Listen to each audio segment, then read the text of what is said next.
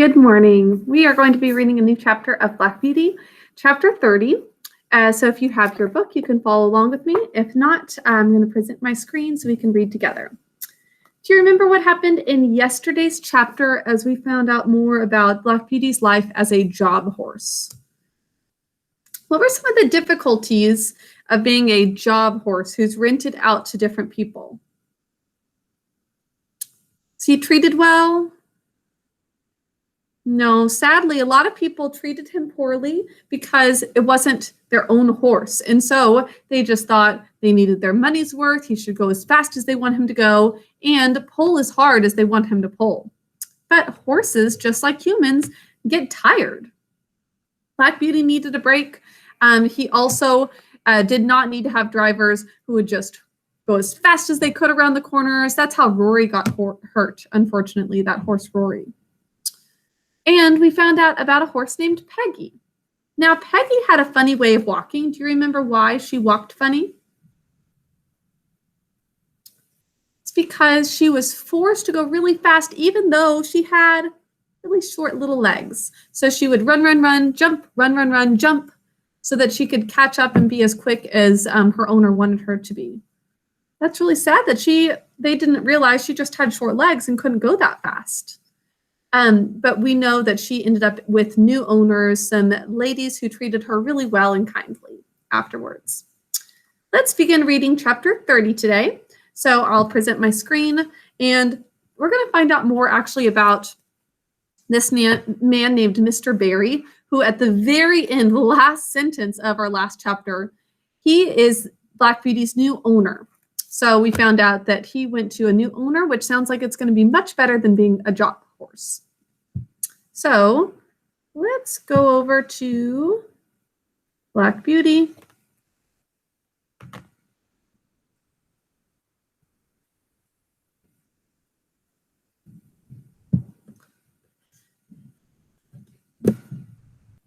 Okay, chapter 30, a thief. Oops. So we'll find out who this thief is.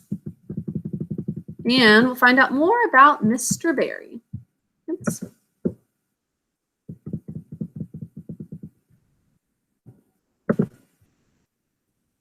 Okay, now it says, my new master was an unmarried man. He lived at Bath and was much engaged in business. His doctor advised him to take horse exercise, and for this purpose, he bought me. He hired a stable a short distance from his lodgings and engaged a man named Filcher as groom. So Mr. Barry is not married. He doesn't have a family. He does have a horse and a groom. A groom is a person who takes care of the horses, right? So Filcher is his name. My master knew very little about horses, but he treated me well, and I should have had a good and easy place, but for circumstances of which he was ignorant. We know the dangers of being ignorant. Now, ignorance means you don't understand what to do about something. So he's not trying to be bad, but he doesn't know much about horses, and he's not going to know much about this particular situation. So he ordered the best hay with plenty of oats, crushed beans, and bran with vetches or ryegrass as the man might think needful. So he got Black Beauty good food. I heard the master give the order, so I knew there was plenty of good food, and I thought that I was well off. For a few days, all went on well. I found that my groom understood his business. He kept the stable clean and airy, and he groomed me really thoroughly, and was never otherwise than gentle. He had been an ostler in one of the great hotels in Bath. And we know an ostler is someone who is a groom that takes care of horses at a hotel. And Bath, they've mentioned that earlier too, is just an area of England. It's a funny place. Can you imagine living in Bath? Now, he had given that up and now cultivated fruit and vegetables for the market, and his wife bred and fattened poultry and rabbits for sale. After a while, it seemed to me that my oats came very short. I had the beans, but bran was mixed with them instead of oats, of which there were very few. So Black Beauty's food is changing. It was really good before, and now he's getting less and less of oats that he really needs and likes. Certainly not more than a quarter of what there should have been. Only 1/4 of the oats is he actually eating. What do you think is the reason for that? Well, remember the name of the chapter? A thief. So in 2 or 3 weeks, this began to tell upon my strength and spirits. Have any of you ever felt exhausted, or spelling word, right? Exhausted from not having good enough meals? If you have not had good enough meals, it's quite possible that you get really, really tired. That's what's happening to Black Beauty. The grass food, though very good, was not the thing to keep up my condition without corn. However, I could not complain nor make known my wants. So it went on for about 2 months, and I wondered that my master did not see that something was the matter. However, one afternoon, he rode out into the country to see a friend of his, a gentleman farmer, who lived on the road to Wells. This gentleman had a very quick eye for horses, and after he had welcomed his friend, he said, casting his eye over to me, "It seems to me, Barry, that your horse does not look so well as he did when you first had him. Has he been well?" "Well, yes, I believe so," said my master. But remember, Mr. Barry doesn't know much about horses. "But he is not nearly so lively as he was. My groom tells me that horses are always dull and weak in the autumn, and that I must just expect it." "Autumn? Fiddlesticks," said the farmer. "Why, this is only August. And with your light work and good food, he ought not to go down like this, even if it was autumn." It's a good point. Black Beauty has good food, or should be having good food, and doesn't get any big strain on his back from having heavy loads. So he should be in good shape. "How do you feed him?" he asked. My master told him. The other shook his head slowly and began to feel me over. "I can't say who eats your corn, my dear fellow, but I am much mistaken if your horse gets it. Have you ridden very fast?" "No, very gently." "Then just put your hand here," said he, passing his hand over my neck and shoulder.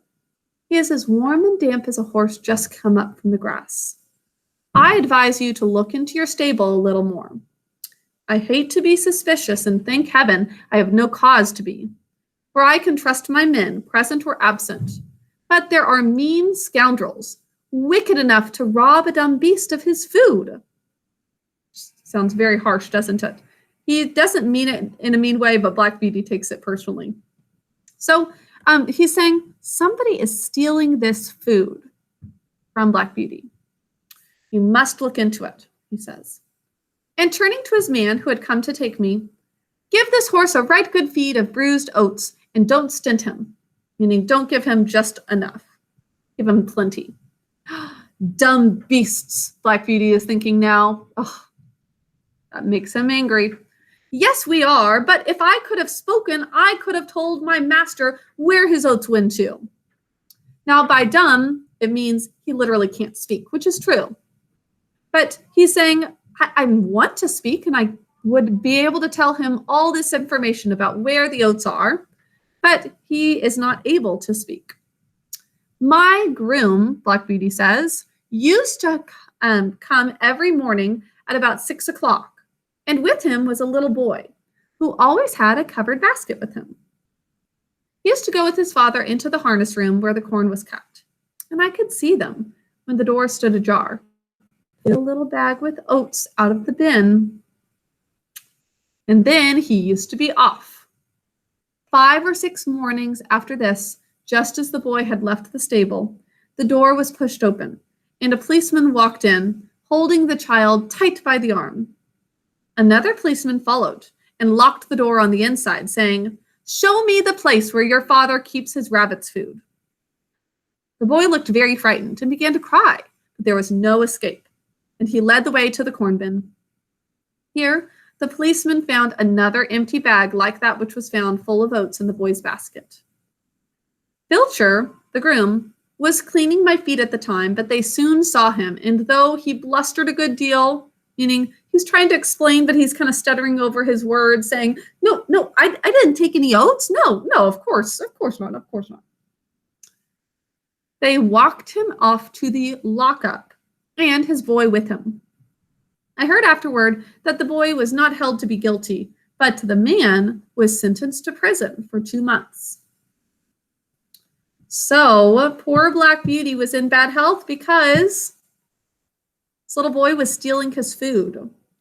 And the man was considered guilty because he is the reason that the boy was able to come in and get the food. So that was the thief. Now this man's in jail, so hopefully things go back to normal and Mr. Berry can continue to give Black Beauty some good food. Okay, that is all for today. I will talk to you all later. Bye.